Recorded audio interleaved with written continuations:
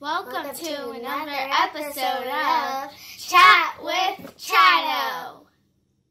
Hey guys, how you doing? This is Jason Ramos with Good Vibes Real Estate Solutions. Welcome to another episode of Chat with Chatto. Welcome guys, how you doing? It is Wednesday again, and this time we always put out in our videos questions at goodvibesre.com. So people have reached out to us and people ask us questions. We get some of the same questions keep coming up. So we want to take this opportunity this week to go over those questions, just a couple of them, and give you our answers right here, face to face. As face to face as we could be. So Jay, the first question that keeps coming up that people are afraid of is when they're showing a property, what happens if the buyer and the seller talk to each other? Okay, cool. So what do we do there? All right, so this is one thing that you always want to do prior to you guys meeting up. You want to prep your buyer. All right, you're bringing this buyer in, and you need to let him know any questions that you have regarding price or closing date or anything like that. You talk to me directly. And if that person goes to the seller and they start trying to negotiate the price, you pull his ass aside right then and there. Come here. Come here. All right, and you talk to him. And you let him know, like, look, I told you about this, and you're not going to be going around my back. And you gotta call him out on that shit. You have to call him out. All right? You cannot let this guy do that to you. And you let him know, like, look, I don't operate like this, and you're not going to be disrespecting me. And I will not do business with you ever again. And you let him go. You know. Yep. You do not want to deal with buyers like that. There's a lot of buyers. There's a lot of money out there, but there's not a lot of deals. Right. You got the gold. So not them. The way that you protect yourself is your title company has to put a a memorandum of title. No, it's a what is it called again? Notice of settlement. At least in New Jersey, they do a notice of settlement. So when we open up a contract and we open up escrow, that gets recorded against public record that, hey, notice to everybody out there, Chatto is buying this house. Right. Right? So you check your states. Every state's different. Sometimes you got to go and record it yourself or whatever. But that protects your interests. So that protects you. So that means if this person tries to go behind your back and they try to offer your seller $5,000 less and your seller says yes, guess what? When they go to try to close, it's going to come up. Oh, sorry, we can't close. You're under contract with Good Vibes over here, so you can't do it. So you always want to protect yourself like that. And just let the buyer know, like, I don't play that nonsense. You got to call them out. And, like, don't be scared to talk to them like that. Even if it's your first deal, you let them know. Like, look, I get plenty more deals, and you're not going to be coming in here stealing it from me. And what you do is you blast them. You blast them to all the people in your network so that they know that this person is shady. And we have to do that one. Well, the other thing is, when you talk to your buyers, that's one of the good questions you can ask them is, have you ever purchased properties from a wholesaler before? See what they say. If they say yes, well, how did that transaction work?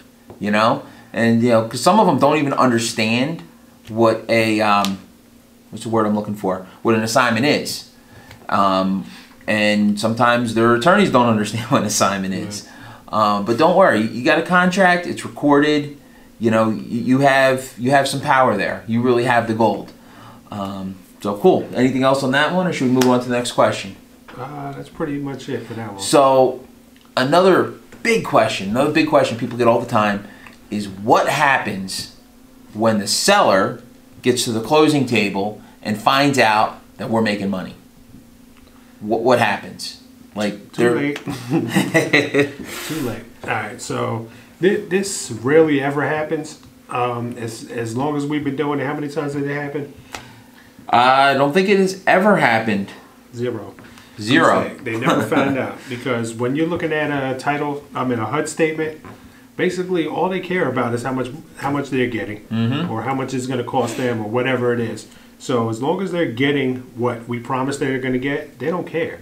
Yeah. So if they ever did see your $20,000 fee or your $50,000 fee, the way I describe it to them, if this ever came up, would be, yes, we raise private money, and this is our private money lender who we assigned the contract to. That $50,000 is the fee that is going to take to fix up your property, renovate your property. So that's what's going to us. So we're using this fee right here to fix up the property. And that's how I described it, if it ever came up. You know, it never did, but I prepared that line very quickly, very easily, and that's how I explained it. Yeah. So another thing though, with the same thing, the sellers don't know what an assignment fee is, right? Ask anybody in your network. Go to your mom, you know, go to your uncle, and say, hey, if you were selling a house and there was an assignment fee on the paperwork, do you know what that is? 99.9% of them are going to say no, right? And I've actually had a situation where we wholesaled a property to an individual, right? So we weren't at the closing, right? Because that's a whole nother story. I'm not going to get into the closing. But we weren't at the closing, right? The HUD didn't have an LLC's name, had an individual's name that was nothing like my name, nothing like his name, right? They closed on the property. They signed all the paperwork. That seller, and we made almost the same as the contract price was, I think, $13,000. We sold it for $25,000. So we had a $12,000 assignment fee. We made what they made, right? And that night, that seller calls me up, and they say, "Hey, Steve, how you doing? Just want to wish you good luck with the house. I hope everything goes well, and you know, I appreciate your helping us get this taken care of." Even at that point, he had no idea that we didn't buy the house. That we ended up assigning the contract. So it's a fear that's in your head. It's in your head. That's the only place it is. Don't let that hold you back.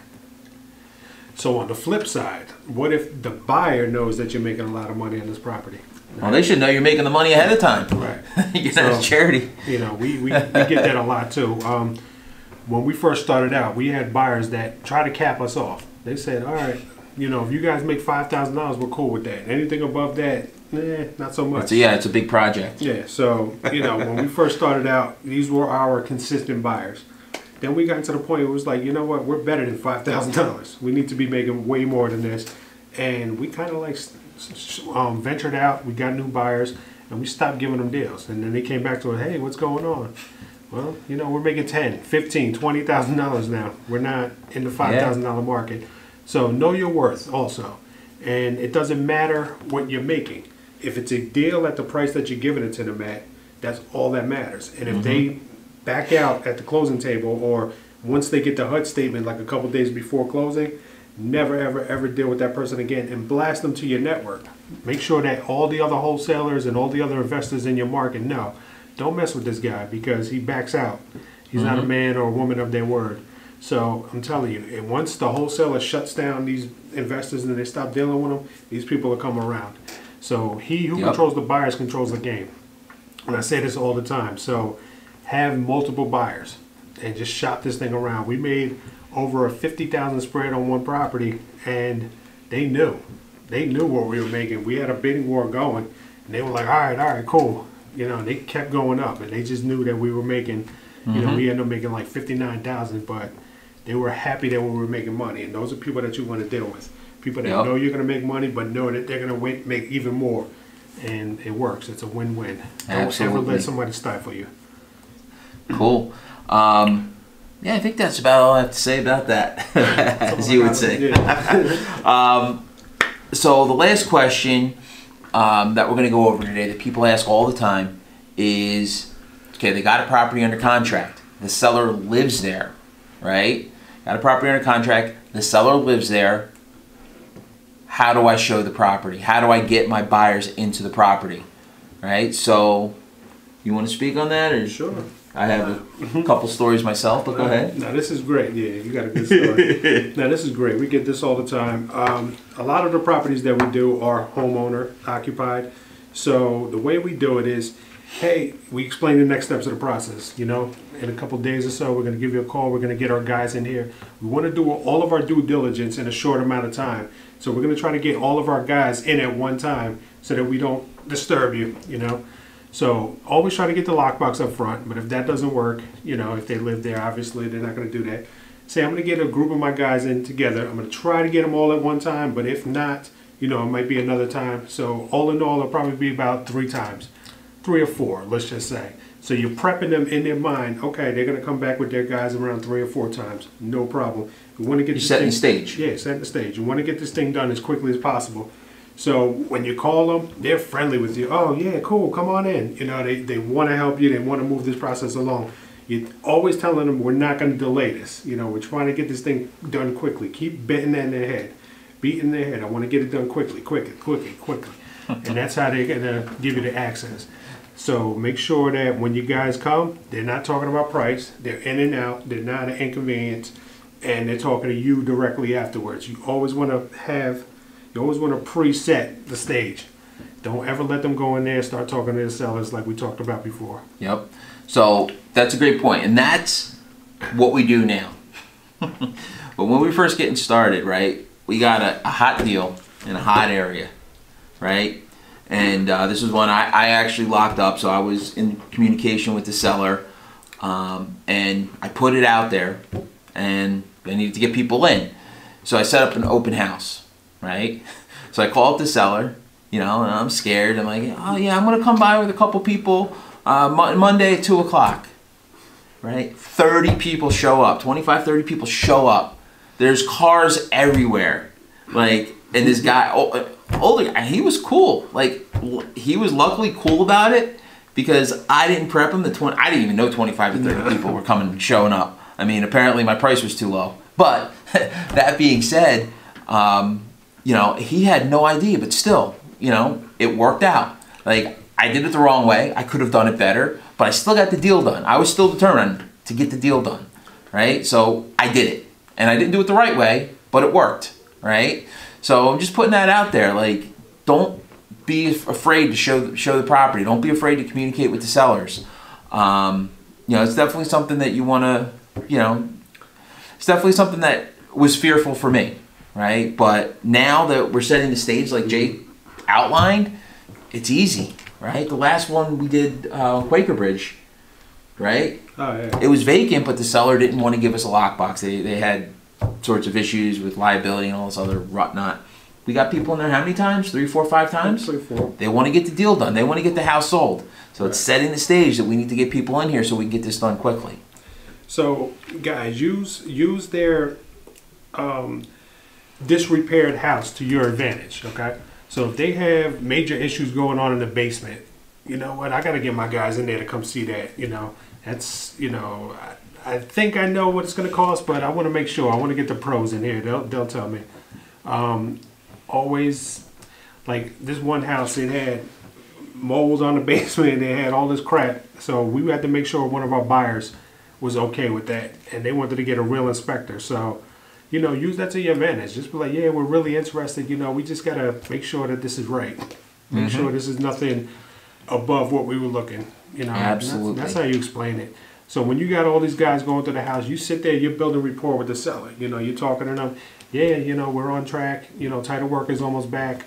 You know, we should have it probably sometime next week, and then we can set the closing date. You always want to get them to the end goal. We're closing.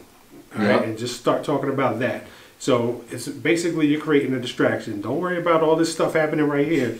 I got it. You're dealing with me. We're going to get you to the closing table, and we're doing this quickly. And that's what you're going to beat in their head, okay? So make sure you take charge, guys. Cool.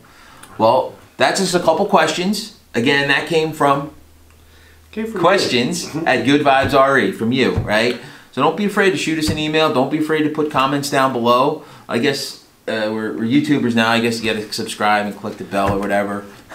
Yeah, we're older people. we're not hip to this technology and stuff like that. We got to get a social media guru out here, but yeah, definitely subscribe. If you like the information, give us a thumbs up, give us a subscribe.